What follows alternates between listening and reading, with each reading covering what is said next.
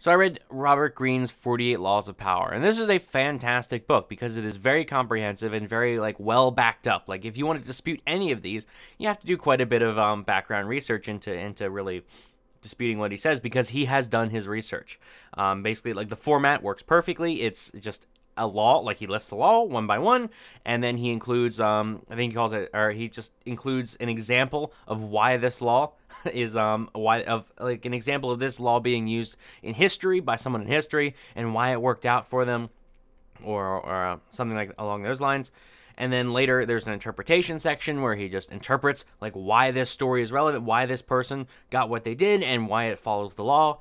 And then sprinkled throughout it, there's just like sprinkled fables and quotes and just examples, just all kinds of extra little stuff to back up his point. Just like a little bit of like everything, it's all written in the margin sometimes and stuff like that, where it really like he found every little thing he could to back up his point. And of course, there are quotes by like Sun Tzu and Machiavelli, and there's some stuff from Aesop's, like some of Aesop's fables are thrown in there, and some old Asian fables are thrown in there as well. Like very, very, very, very well researched.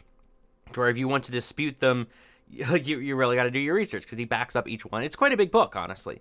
Though then again, there are 48 laws, so he doesn't devote too much time to any particular law, but it's jam-packed full of information to the point where, again, as I said, like imagine if he didn't put all of these things in the margins, it would have probably been an extra 100, 200 pages.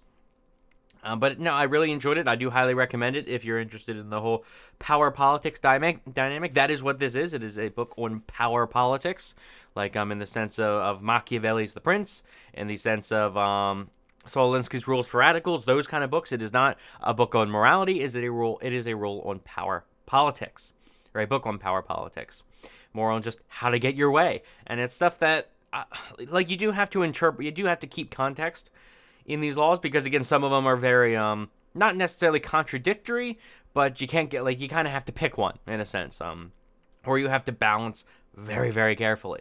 It is all about circumstance. In some circumstances these rules will work, other circumstances these rules won't work. Like it talks about like making sure you're in the spotlight and like claiming fame and make sure you're claiming you're claiming responsibility for other people's achievements, that kind of thing.